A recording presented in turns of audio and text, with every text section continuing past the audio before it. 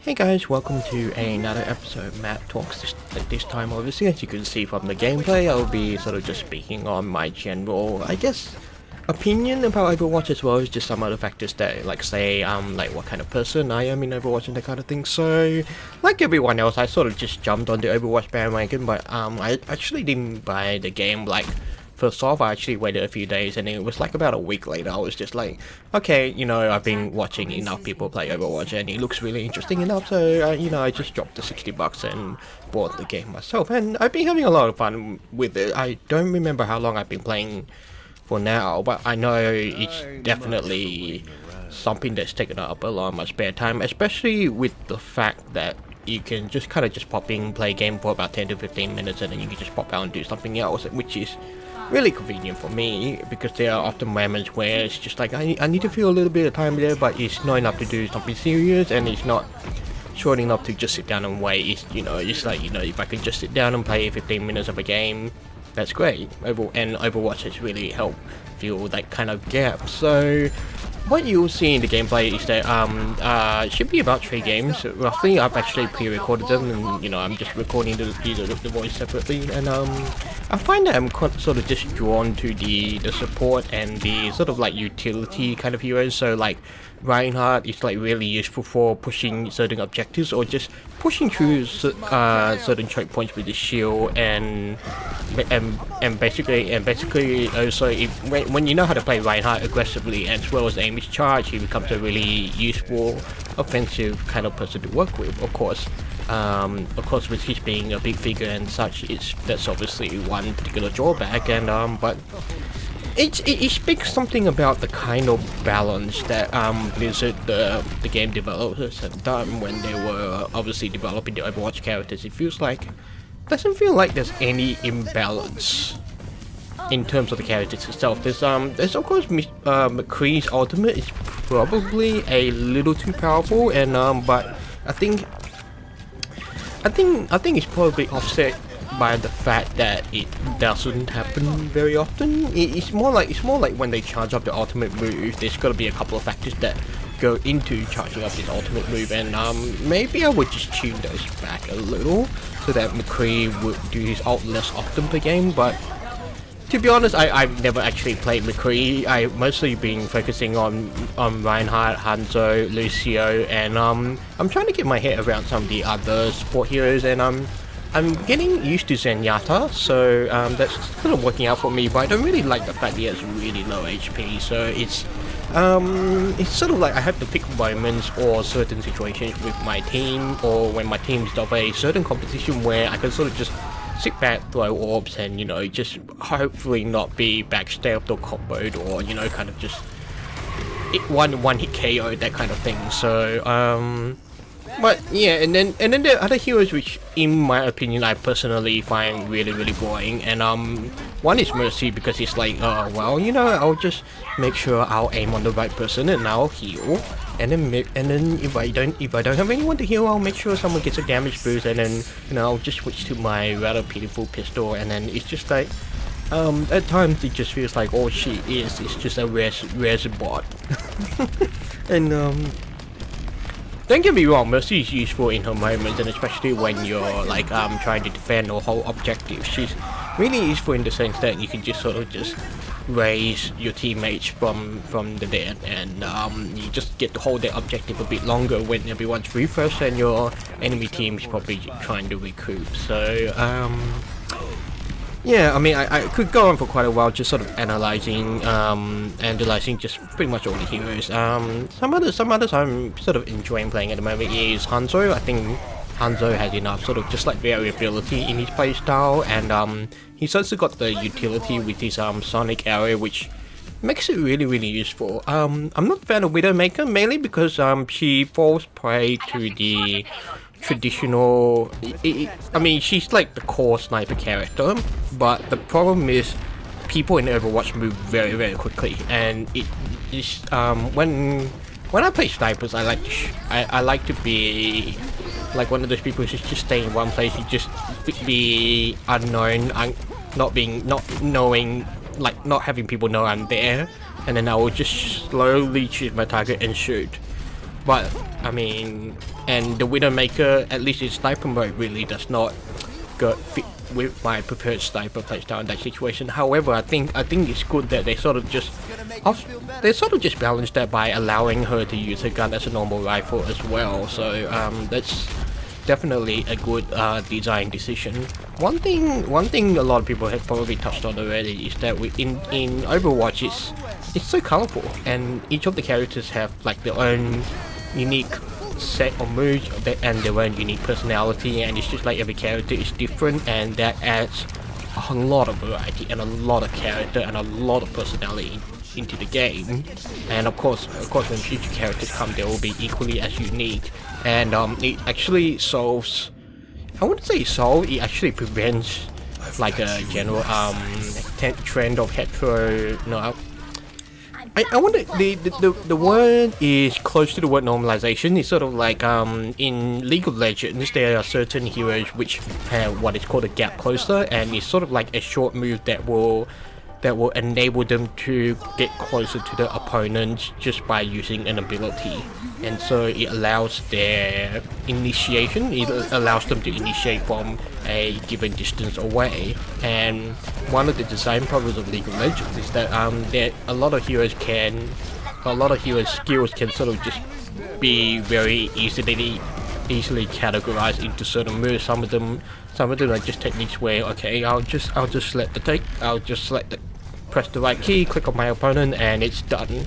There are certain moves which maybe, as I said before, gap closes. They are moves which allow you to travel a short distance fairly quickly, and yeah, I don't quite remember some of the other ones at the moment because it's been a while since I played League of Legends. But Overwatch, does not really have any of that as far as I can think of, and it really also tries to they really design each of the champions to have even the weapons distinct from each other. When you look at the Reaper, for example, he's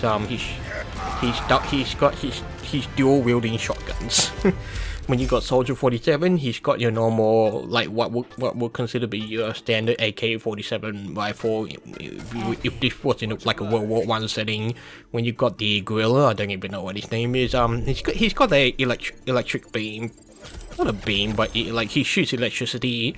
When you've got Reinhardt, he's just got his giant hammer. He's a purely melee character, and he's got a shield. And no other character has a shield that spans over a certain distance, which I think is actually now, it makes him unique.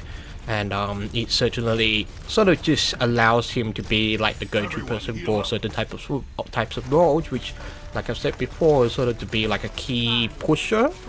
And when I say push, it's like well, I'm just trying to clarify the term for those who are maybe not so familiar with the lingo. It's like when you want to push an objective, you kind of need a person that can sort of be the shield to take the damage for the rest of the team while they all, and therefore that's where we use the term push towards the objective. It's sort of like it's somewhat of a slow crawl, but it's the main idea is sort of pushing forward towards the objective, and Reinhardt is definitely a key hero in that.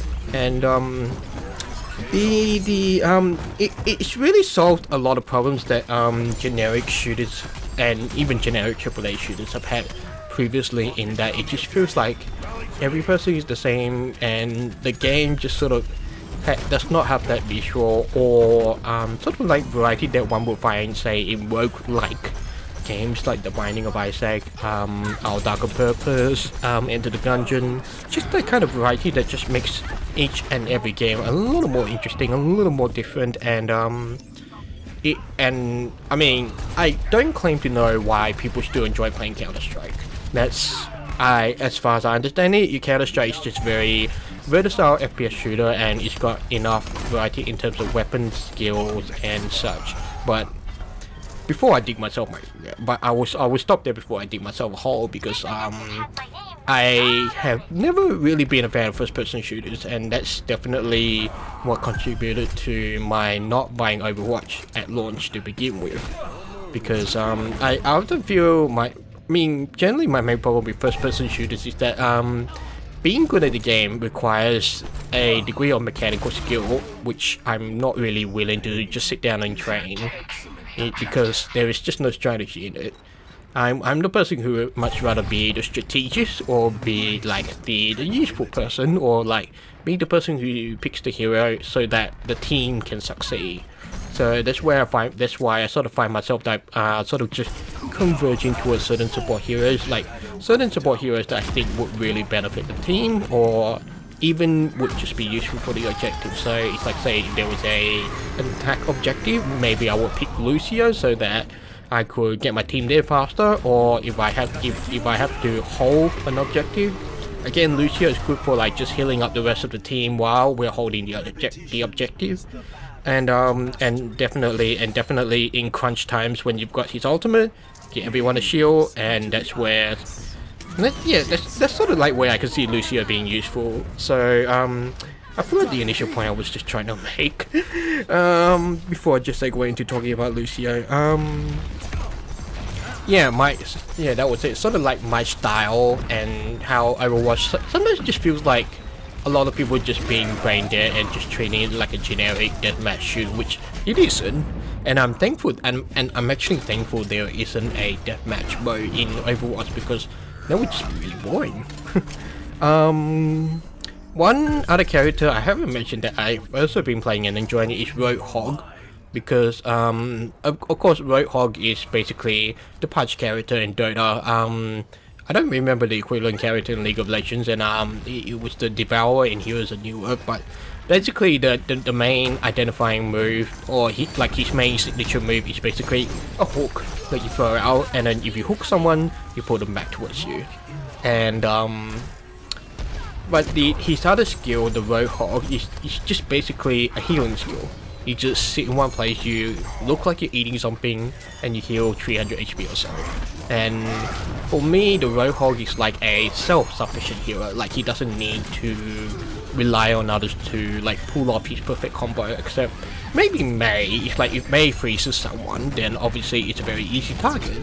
But of course, I mean, it's not like I'm dependent on someone else having or playing Mei, and I'm not dependent on like having to follow Mei around to do my job. And that's what, and it sort of speaks to my sort of just still wanting to be part of the team, but I don't want to really have to interact with the other team members. But I mean, in retrospect, I suppose all the heroes in Overwatch are kind of that way. I mean, except for obvious utility heroes like Reinhardt and such. And I mean, obviously there's a bit of irony in my preferring Roadhog, because the reasons are completely different from when I usually play Reinhardt and Lucio. So but yeah, I mean, I suppose when I play Roadhog, it's like I'm there on my own. I'm gonna do my own thing. I'm gonna contribute to the team whatever way I can. You know, I'm not gonna like try and rely on anyone else. And it works for me. And I just enjoy when I play Roadhog. I just sort of enjoy being a bit of a jerk and just randomly hooking people and then blasting them in the face with a shotgun. And yeah, I mean, and it's like I could just do this on my own. It's like not like I particularly need anybody else to help me out either. So I suppose that is the other side of the coin, so to speak. Some heroes I actually haven't touched. One is Genji, which I will probably just try in the training mode for a bit. And what some others I haven't tried. Bastion is like, it's like, I can see Bastion's role. I can see how Bastion is useful. I just don't enjoy playing Bastion. It feels very clunky, and it's not because he's a robot. It's just like when it feels clunky that you have to put him into like siege tank mode. I mean, I'm not even sure what mode it's called, but I'm just saying it's like siege tank mode, and I'm just basically referring to like the StarCraft 2 way. It's like, because in StarCraft 2, when you play the Terrans, you have siege tanks. It's like they take like 2 seconds to go into siege mode, and it's the same for Bastion. They Bastion, like you hit the left shift, he will take a second or two to go into siege mode, but that will allow him to fire his Gatling gun, which is annoyingly powerful. But it's a little too one-dimensional for my liking, and I don't really enjoy playing Bastion, but I do see how he is useful. and I know I haven't quite gotten the hang of like really playing him properly just yet. So that would definitely be something sort of just like I would just sit back and observe other people first. Then when I'm feeling a bit more confident, or when I'm feeling a bit bored of other characters, or when I feel like I need to feel a certain role, I will definitely give Bastion a spin.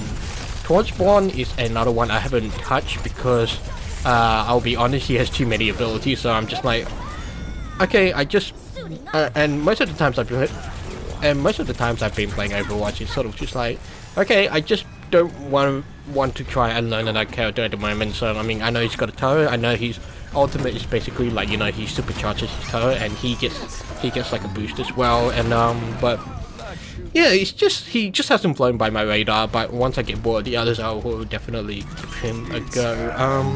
Yeah, Mercy is not interesting to me. Symmetra is difficult. I still haven't gotten the hang of her just yet.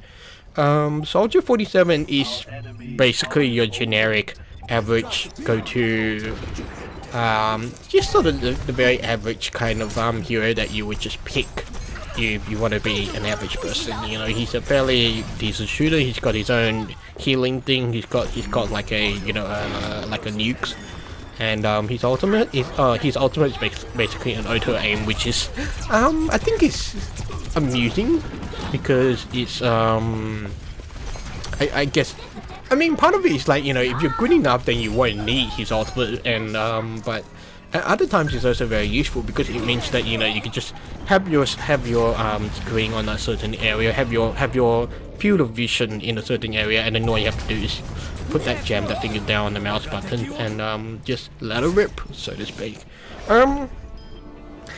I was gonna try and touch on some of the design, and I think I've pretty much already covered what there is to say.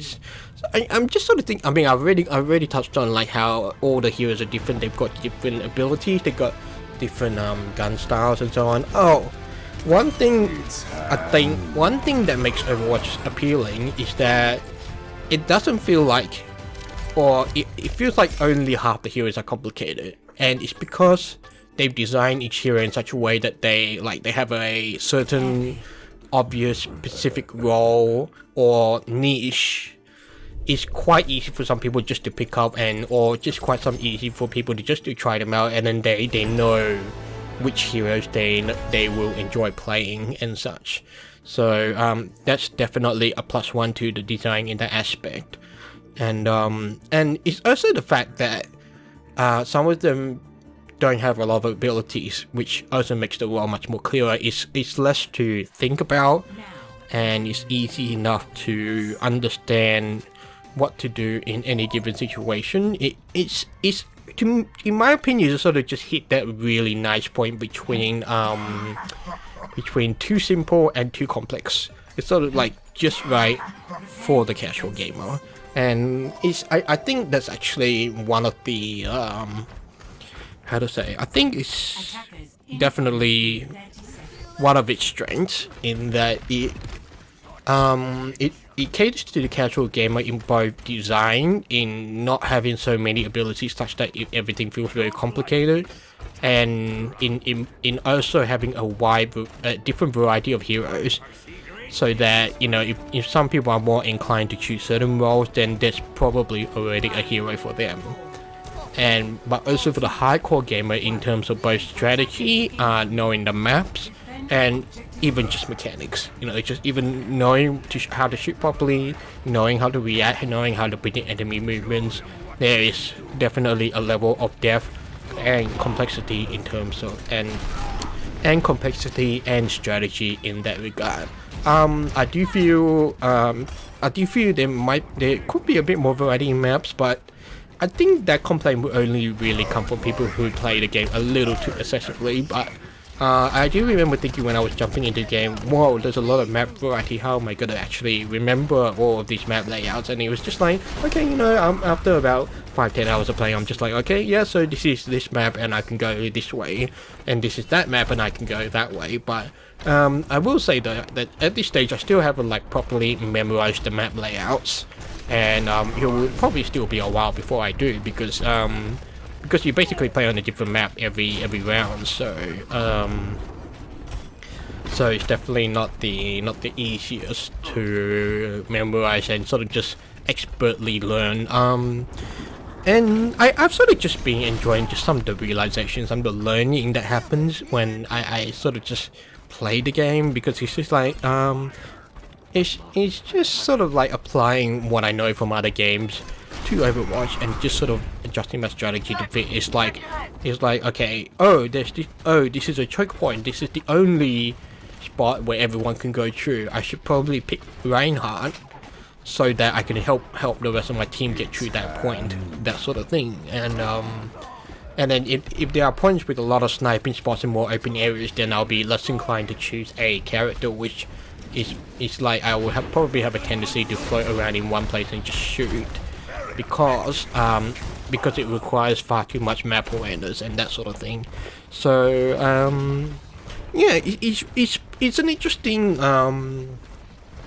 I suppose intellectual exercise for me, and I know some others would just be inclined to think, oh well, you know, just a game, you know, I'm just gonna pick somebody and I'm just gonna shoot them up and I'm just gonna do whatever, and if I win, yay, if I lose, well, I'll just stop playing. And that's definitely the other benefit of Overwatch. You know, if you get pissed, well, you're not really stuck in that game. You can kind of just leave off your own volition, and I'm not sure if Blizzard actually will. Like, I'm not actually sure if there's any penalties for like going AFK in a game, or you know, kind of just like leaving the game halfway through, that sort of thing. But it doesn't seem to be, so I probably won't sweat it too much. Not that I need to, it's just more thinking in terms of other people. There is also some I feel a bit of pity for Battleborn, which really just hit all the wrong timings, and or I could say Blizzard hit all the right timings in being aggressive with the marketing. I've got a couple of friends playing Battleborn at the moment. They're really enjoying it, and they tend to be the they tend to be the kind of people who, like, you know, they come home from work and all they want to do is play a shoot 'em up game, and because they really enjoyed Borderlands 2 and the Borderlands the pre-sequel, and it's only natural that they will enjoy playing Battleborn as well, since it's pretty much the same writing, which I will admit I'm a bit sick of at the moment, because it's just like there's only so much you can tolerate Claptrap's antics before it kind of just gets old. And I mean, while it's got its own style humor, its own kind of unique self-depreciating humor, it's the kind of humor that you can enjoy for like an hour or so, but after too much of it, it's dead in the water. It's, you know, you don't want to hear any more of it, you don't want to see any more of it, and that sort of thing. So I do feel for Battleborn, and admittedly Blizzard just had the upper hand to begin with.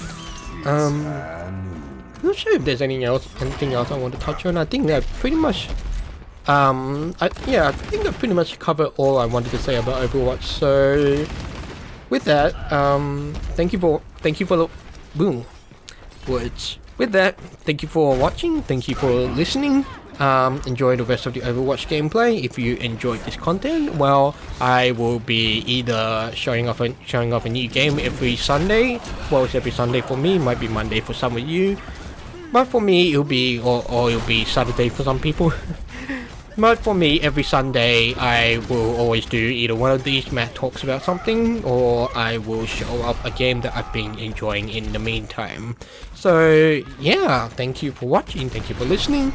If you enjoyed this content, there is a like and subscribe button for your clicking pleasure, and I will see you on the next video.